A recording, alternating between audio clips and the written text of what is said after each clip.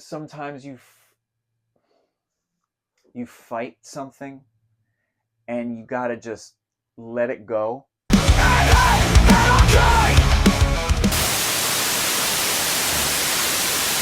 Obviously, you have a lot of influences. I have so many influences, and when Dan first came over, we were talking about a few different things, and I was like, someone's like, "Oh, what's your favorite record?" I'm like, I have like 50 of them. Like, can we sit and have a meal and talk for like 3 hours? I'm not going to be like, "Oh, this one," and then it's over with. If you start this with me, I'm going to be like, "Yeah."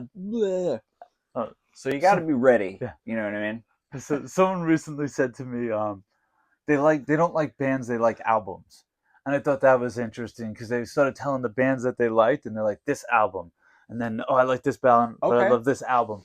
I love from these albums to these albums. I can appreciate that. And I thought that was an interesting outlook. That is a great take, actually, on that. But I would tell you more bands, and even if I don't like a couple of their albums, it is what it is, you know? Yeah.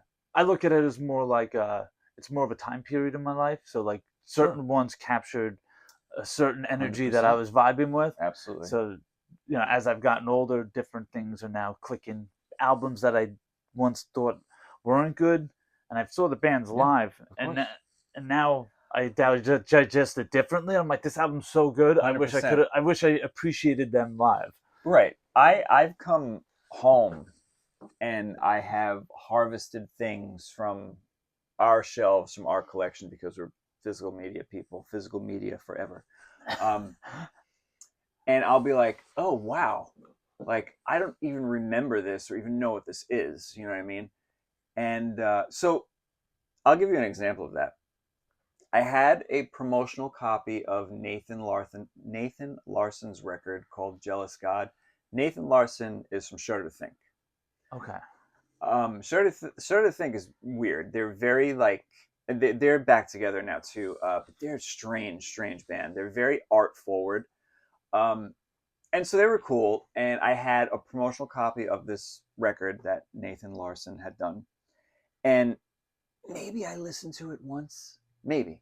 Okay. And I put it on the shelf. And there was a time, I think maybe when we moved, I was like, oh, wow, what's this? I put it on, and I was like, whoa. And it was like all I listened to for like months. Okay. I was like, holy crap. And this was years after he put it out. So it was just one of those things. And I love that, though. I love that. Like, I would much rather you tell me about a band from like 1993 that I did not know, rather than a band that's popping off now, which is fine because I also recently got into some newer things. Okay. And we could talk about them if you want at some point. And I was happy to do that. I was like, I do need some current things, but then also like I recently, like, I mean, I'm talking like within this month, because I was, like I said, doing a lot of artwork. So I was like randomly just playing things. Scritti Politti from like, I think that's how they say their name, from like the 80s. Okay. I was like, God, this is so good. And it was like totally what I love too. Like, it reminded me of like Robbie Neville and like George Michael and stuff like that. And I was like, man, I really don't know this stuff. So that's what I love. I'm like, holy cow, you just turned me on to like a band from like 1987 that I didn't know about. I love that. So anyway, go ahead. Tell me. Talk to me. What are we doing? What is the question? What is happening? You're out of control in a good way. I am out of control. This is why. Coventry Carols. Coventry Carols, right. That's where this started. Oh, my God. Great. All right, and, so we're doing okay. And you said you're recently working on your new album, and you said it was a very strong story. Yeah. The new album is done for the most part. I have been scrutinizing the bitter end of it. So it's not totally there. So this record, we started making this record in May of 2025. Just at that time, I had started to have these bizarre pains that I was just dealing with. I was like, oh, is this, what is this? Back to, I had mentioned that I had back surgery in February. So that stemmed from that. It started to manifest itself just as we started to make this record. So I made this entire record in excruciating chronic pain, like standing with a guitar, sitting a certain way, pedals, orchestrating certain things with the other guys in the band. Like I was in pain the entire time. So that was unique. I'd never made a record in pain like this, physical pain like this. The record, the content of the record is what Coventry Carols is really quite known for. Whoever might know us is that we're just very honest. We're very open. We share. You know, the songs are coming from places of personal experiences and whatever else. And I had my surgery in February, and then I came home from the hospital. And a week after that, our drummer died, which was shocking. Sorry to hear. And was not part of the itinerary, obviously. But beautiful thing is that he was done with what he needed to be done with for the record. So that even might be why I am why I'm scrutinizing every last nook and cranny about this record in particular than I've even done in the past, because I don't believe in perfection. Perfection is not real. Perfect should be eradicated from the English language anyway, because it's just not real. Like it is not real. Like, but you want grit like is real. Grit is real. Being dragged through the mud is real, you know. And I feel that is the story of this band to begin with. I think that we got very lucky with Coventry Carols being a thing to begin with. I've been in bands since I was a little kid for like most of my life. And my previous band, I didn't have a great experience. I love the music and I love the artistic output. But internally, and then like, I was just like, it's exhausting. It's exhausting. It's daunting. It's just too much. Do the ends justify the means at this point? And I was never that way. I was like, you want me to play where? To nobody? I'm sold. I'll do it. Mm-hmm. But I was always losing money. I was wasting time. I hate to even say wasting time. I don't want that to come off negative. But like, look, even one gig locally, mm-hmm. if you're booked twice a month locally, one gig at the pub that's 10 minutes from your house is an all-day investment. Mm-hmm. You wake up, you need to be ready mentally, physically, emotionally. You have to pack up your shit. Mm-hmm. You have to talk, email, call, whatever. You need to get there. You need to load in. You need to talk, call. All the bullshit starts again. You wait around. You play for a half an hour. You take all your shit off the stage. You wait around all night. Coventry Carols is the first band there. We're the last band to leave. We are there the whole night. I've learned so much about that. You know, there were times when I was younger when I'd go and I'd play my show and I would leave. You know what I mean? I wasn't representing myself or my band or my art in any way, shape, or form, because like, oh, those guys come and they play and they leave. Like, nobody wants you. Like, you're kind of like on the shit list when you do that. It's over for you. I mean, Coventry Carols, oh God, back to the beginning of this band. Like, I had reconnected with Terry, TT, our drummer, because we were in a band called Emotion Picture. Okay. Sometime we were just a two-piece. And it was wild. We didn't have a great relationship. So any of our shows was an excuse to kind of like have a public fight. And I'm talking physical. Like, we had our songs, but like he would throw drumsticks at the back of my head like 100 miles an hour. I would kick him in the face while he was playing drums. Like, we broke ceilings. We got kicked out of places. It was a thing. It was a thing, and I really enjoyed it. But TT and I had like a lot going on mentally at that time, and we were just like, you know, it was coming out of us. Mm-hmm. Things were happening, and we didn't have a great relationship. We took time off.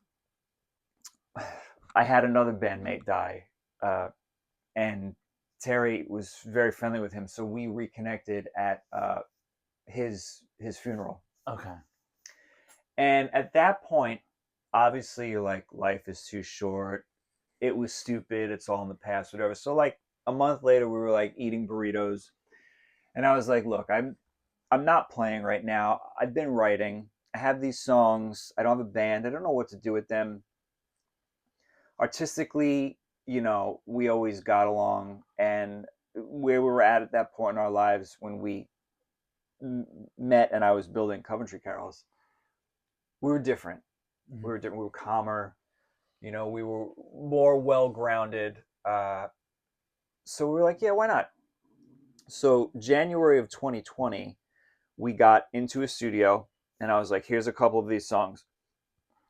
And Terry always had a good knack to communicate with me musically. And what I found in him was a person that was easier going, that was like more ready to like admit that something wasn't working rather than having a huge ego about it and Mm-hmm. fighting me if I wanted to move a part, change a part, or it was like, hey, can you do this? He was more willing. And I was like, this is really cool. So, and then like COVID happened. So I was like, what are we going to do? Like, we found like another guitar player. That guy didn't work out. 2020 found me having a lot of bizarre health problems. So like 2020 was a wash. I was like, oh, we started a band and like the year is over. It's totally toast. Like, pandemic. I was in the hospital like 6 times. I haven't seen you because we weren't allowed to. Meanwhile, I demoed out an entire record on my computer throughout the course of that time. Wow. So then when we got back together at the end of the year, I was like, I have a record. Like, you know what I mean? So we then found our bass player, which was a stroke of luck because I had posted like an ad on Facebook and someone was like, oh, you should totally talk to Soda. And I had known his brother. So Cliff, aka Sugar Bear, came on board and he came into this band with 2 lunatics, myself and TT. And I keep touching this microphone, I'm sorry. And he was very, very ready for the assignment. He was like, okay. He was like, this is interesting. I played the songs for him, you know, and he had come into the band like he had like a sprained rotator cuff or something. Okay. And I was like, oh, hey, you're going to learn this entire record right now. And we're going to start a record next month. And he's like, what the fuck? He's like, what is wrong with this guy? I was like, yeah, we're making a record like next week. Here's the parts, learn it. So like 2 weeks later, he was up here learning everything. And then we demoed out an entire record before the end of the year. Okay. So we had a demoed record in the bag. June of the next year, we were in the studio. Like, that was it. And we started making our record with Joey Z from Life of Agony, which was insane. So, you know, I mean, that happened. We put our record out. We had put a single out before that. And then we went on the road and toured with Life of Agony and Sick of It All. We were support for Life of Agony and Sick of It All for 6 weeks. Well, 4 or 5 weeks, actually, because we missed a few days because we thought we couldn't do certain gigs in Canada because our credentials had expired. Meanwhile, we just needed a letter from the booking agent, which we didn't even know about, which totally pissed me off. But lesson learned. I guess that comes to the communication. But we weren't the ones not communicating. Other people weren't communicating with us. But we put out a one-off single based on a passage from a book that a local author had written, who approached me if he's like, are you comfortable with this topic and writing? I was like, if anybody is, absolutely. Mm-hmm. So you know, I had talked to the guys about it, and I had a few bars of like some music. That song is called The Crippling Fear of Night, actually, and that was like, I think, the first song that the band wrote more as a full unit. Okay. So getting the output as a full unit was really cool because I was like, well, look what we're capable of. You know what I mean? Because I'm not like in a band and being like, nobody does anything, I do everything. Mm-hmm. Like, a band is a band. Like, I could just be a solo act at that point, you know? But we always ran Coventry Carols a very, very great, unique way. Like, somebody has to be in charge. The end. That's, mm-hmm. or otherwise nothing gets done. Somebody has to be in charge. So you're immediately an asshole because then you're pointing and saying whatever. But the guys have been amazing. You know, the belief that we have in each other and our capabilities, like you pick up the slack where I might not. Mm. You know, like Sugar is incredible. Like we have this merch thing that we travel with. I was like, oh, like I have these crazy ideas. And 2 days later, he's like, I made this thing. And I was like, it's wild. So, you know, everybody with Coventry Carols really kind of plays on their strengths. uh, and we allow each other to do that. Like, I'm not like, oh, he made that and I'm not getting credit for it, and Sugar's not like, oh, Soda like wrote the whole first fucking record, and like, it is our record. Yeah. You know what I mean? Like, those guys, their input was incredible. Like, I couldn't have done what has been done with Coventry Carols for the past few years without Sugar Bear and without TT. Even at like our worst, we kept it going. And there's been way more positive than there has been negative with this band, and I've loved being in this band. I've had fun. I've become the best version of my musician self within Coventry Carols than I've ever been, as far as a songwriter and as far as someone who learns a way to like produce up something. Like, I used to always be like, oh, I've got this song and it's like 8.5 minutes long, and I'm not, this is it. Like, don't tell me anything. Meanwhile, now with this band, it's like, and I drove them crazy on the first record, to the point where less than 48 hours before we went in to record drums, I changed them. So I drove Terry crazy. But they were like, look, this is the way that our guy in our band works. It's frustrating, but like, we get it. Like, we have an understanding. This record that is coming out soon, I don't even know what to do with it, because Terry's not here, and like, it's been very uncertain because I can't do a show right now because of my restrictions, still because of my back. 10 weeks ago, I couldn't sit like this. I couldn't walk. I came home with a walker. You know what I mean? I woke up in a hospital unable to walk. So it's been a lot that's happened personally to us, which obviously has affected the band. I don't even know. And I know, I don't see Sugar too much right now, and I know he's struggling with some things personally. I know he's bummed out about not seeing us and playing and rehearsing. I don't know, but that, it's been a challenging year, and it's only April. I don't know. Maybe it's time to get together with Sugar and just give it a listen and take notes with each other. Back to me scrutinizing this thing. Like, Joey Z is doing this record too, and so like, we're co-producing it together, but he's engineering it, mixing it, mastering it. He's just very brilliant, and he's very open-minded, and he's very like willing to go with any crazy idea that I might have. He's like, nothing is off the table. Like, if we can't do it, we can't do it, but we're gonna try to do it. And this record's gonna be like a year in the making. Come next month, I don't even know it's going to be out yet. Like, we had plans, because our last rehearsal together was in January before I went in for my surgery. So we had plans, and then Terry passed away, which was crazy. So a lot of those plans are like not necessarily in place, because we were going to release the record X time, and we were going to put all this promotion behind it and go away again and whatever else. But I just don't know what to do right now. When it's done, it's done. And I think we're just going to try to get it out as soon as possible, just to honor Terry.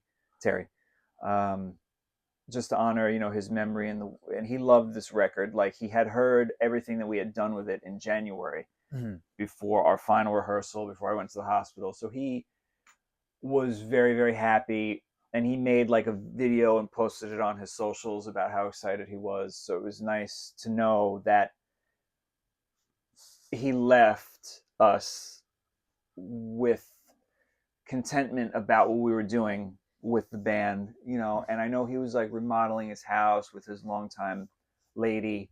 They had just bought a house. So Terry had some good stuff going on. But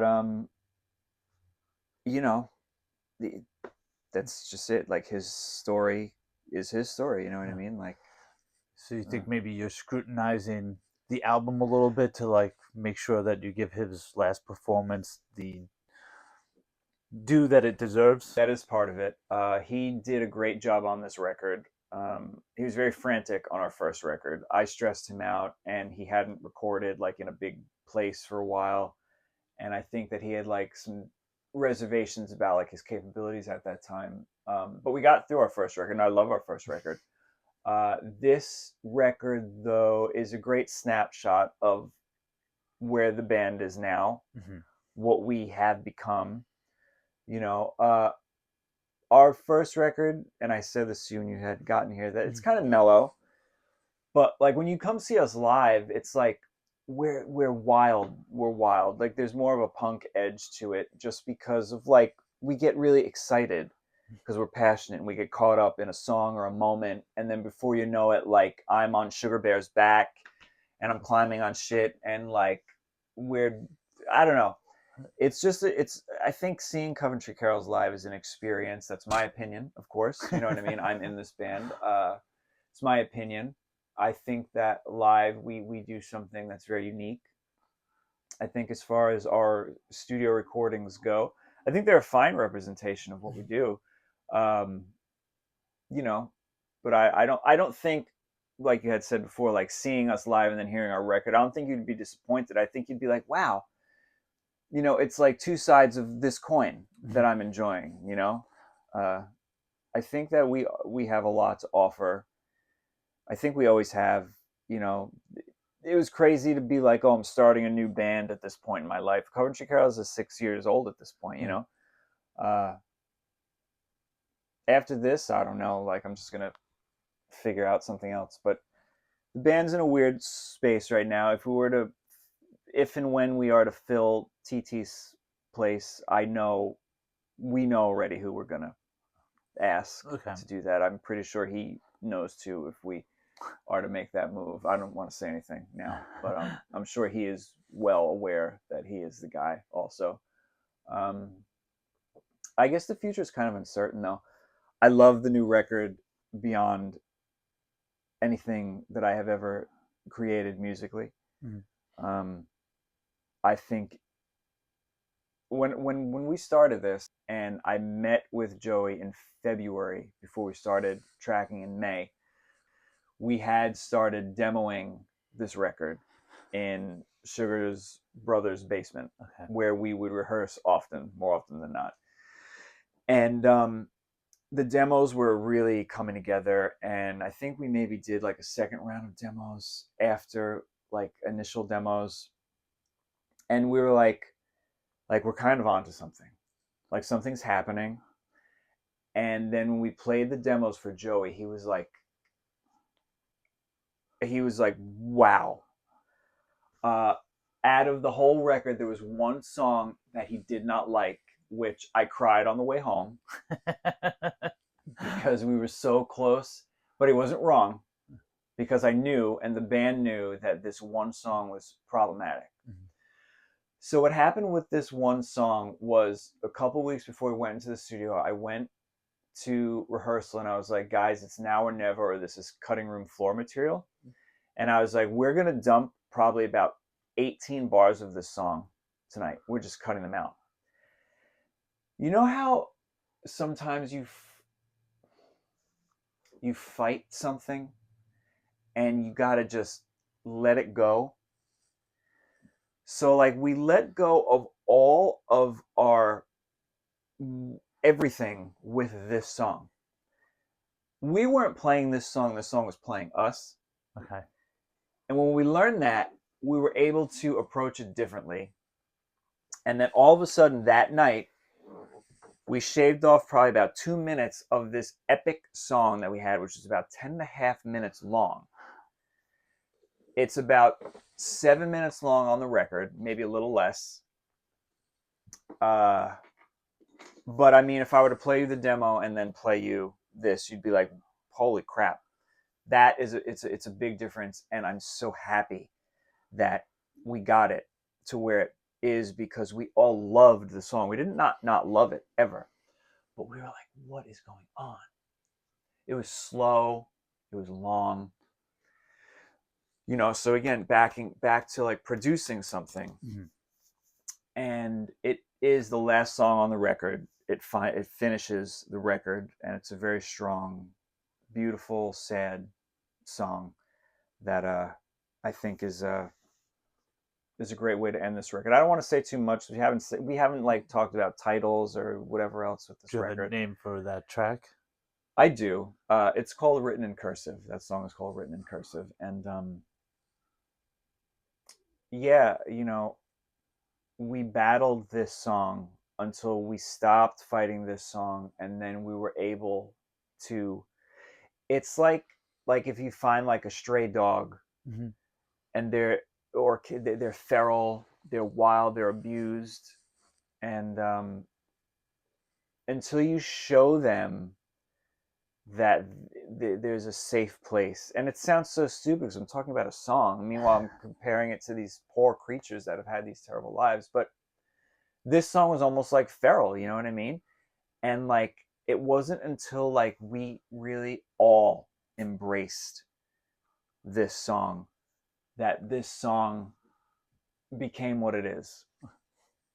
And this record is more of a band record than the first record, because I basically wrote the first record during COVID, and I didn't even have a band in place at the time. Um, there was like one or two songs on this record that were older songs. That one of the old songs was actually one of my old songs. Was a solo song that TT wanted to do, and I didn't want to do it. He campaigned for this song to be on this record, and this song has had an incredible life, and I can't wait. I just can't wait for people to hear this record. There's so much, like, I want to talk about it, but it's like talking about something that doesn't exist, and I don't want to say too much anyway. It doesn't make sense. Like, I don't want to like reveal any plot twists or anything yet. You know what I mean? So catch us or me again when it's out. With your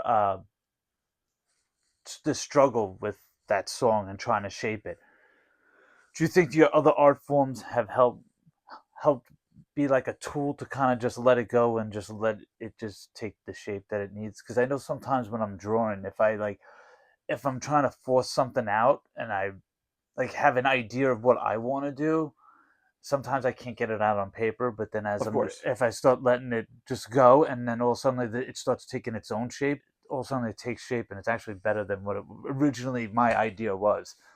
Do you think that when you work with other art, that helps with that process with the songs? Well, I think letting go is what you need to do. I Mm-hmm. think all inhibitions need to be off the table. I think expectations need to be off the table. I think that you need to just be an open vessel for whatever is going to happen to manifest itself. When I came out of the hospital, I was incredibly depressed. I had weeks where I could not do a thing. I couldn't do anything creatively. I could barely walk. I wasn't making music. I was depriving myself at home too of everything that I love. I wasn't listening, watching. I was just like a sad, stiff, miserable thing. And then it wasn't until like a couple weeks into it that I started to like feel better. And I was like, you know what? I'm going to sit down, I'm going to watch a movie, and I'm going to eat some really good food, and I'm going to put on a record that I love. And then all of that fed me, fed my recovery, which I'm still in. But letting go is the thing to do. When I came home and I started to make a lot of physical art at home, Mm-hmm. I did stuff that I've never done before. And now it might sound weird to some people, but I think that the trauma and the pain and all this other stuff that came out of February, because February is a very hard month, was my back, was Terry passed away. My car got totaled by a tree in our driveway. So hopefully that's the three, right? I was like, so I started to draw and create things I had never done before, where it was heavy on color. It was very frantic. I don't know if you've seen any of it. Yes. I had mentioned earlier that I had 3 commissions this month for that thing, that style, rather than like my spooky monsters that I like to draw, my Halloween centric silly things that I love, that are fun, that like I'm like, oh, I draw, but I draw casually. I've been in a couple of art shows for like a painting or something. Mm-hmm. Nothing substantial whatsoever. It's just all part of the artistic world. You know what I mean? Like music was always like the forefront. But I'm like, I can't do this right now. I don't know what is even happening with this right now. I have a record that's not done. I don't have a drummer. We're not rehearsing. Like everything is just like a mess. It's a mess.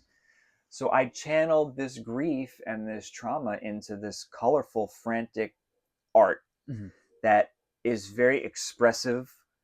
Um, and I've gotten very great feedback, and it's been a lot of fun to create. And I'm going to continue on this artistic road. But I think after the surgery and all that happened, I think in order for me to deal with this, like I think my mind was fucking microphone. I keep touching this microphone. I think that my mind or whatever, my subconscious, opened a door that I had never stepped through before. Okay. And I went through it very willingly. I was very Mm-hmm. ready to enter this door or whatever. You know, this brain, we don't use like any of it. And like there's so many parts that like we can tap into in certain different ways. I think maybe all this crazy shit, and I've been through enough shit, but there was a lot of big stuff at once that something happened. Mm-hmm. Like I was like bizarrely altered in a way, and I started to create, and I was like even looking at this stuff, and I was like, I don't even know where this is coming from, but I'm not stopping. Obviously I'm just going to let it all Mm-hmm. flow. And like I've created so many different pieces in such a short time. And I showed people, and people like send it to other people that are like in the art community and contacting me. So it's weird. It's like something you didn't even like set out to do, and No, it's I didn't just set out to do it at all. I didn't set out to do it. But it's great fun, and I've even went like now that I'm back on the road, I'm able to drive again as of last week. Finally, like that restriction mm-hmm. was lifted from this surgery. Like I went to craft stores and I got a bunch of different tools that I've never used before, and I'm kind of just throwing everything against the wall. And I mean, the piece that I made for a friend in Seattle, she had wanted one. Friday night, usually I'm with the guys, we're rehearsing, you know, and we spend hours with each other. So I've been here at home being like, it's a work night, so I'm creating still. I'm not Mm-hmm. just like hanging out. I'm still working, but I'm with my family and it's great, you know. But I'm working, and I've been nearly 5 hours on this piece that just got sent down to Seattle. Well, over to Seattle, up whichever way. I know where Seattle is, but up, down, across to Northwest Seattle. maybe. You know, down is south, so Seattle is like. I'm like, I look like I'm air traffic controller. So yeah, no, I love it. And my thing with the commissions was like people were like, "Oh, I'll take a piece from you." And I'm like, "Great, you have to trust me though. Like I'm not, you're not. I'm getting no input from you. I'm just letting this freak thing go. Like I'm talking like both hands at once, like pens in my hat, shit all over the floor. Like it's been wild. I'm like, I need an art studio now because I'm making a mess of like this really great like dining room table we have. So anyway, I don't know.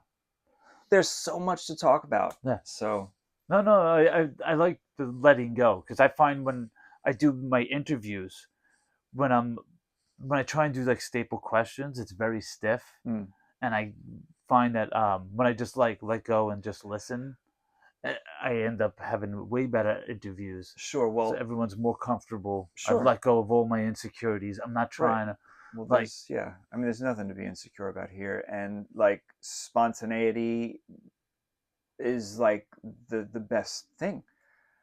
There's spontaneous, like when we with the record, we demoed out the record. I mean, we demoed the record where it was like, this is what we're doing. I wasn't like 2 days before, guys, I'm changing this whole Mhm. song. We knew what we were doing. So, but there was still spontaneous parts that came up in the studio. Even my last session with Joey, I was with him really, really late trying to finish this record, and things happened, and I was like, wait, we have to do this a certain way. And he was like, oh my God, we had a really, really good session. We're almost at the end of this record. The next batch of mixes that I get from him are likely going to be the end before Mhm. we go into mastering. But also, art is never done. You got to pull yourself out of it at some point. Otherwise, you're just never going to put your thing out. You know what I mean? If something is wrong, if you're missing a period, if there's a tear, if it is what it is, like, Yeah. just share yourself. And I think that when you share yourself and you are vulnerable and you're open, I think you're going to let in different things that you normally wouldn't let in. Because if you're just a constant, like, if there are walls around you, then it's not gonna happen. Take a picture of me, watch it fade.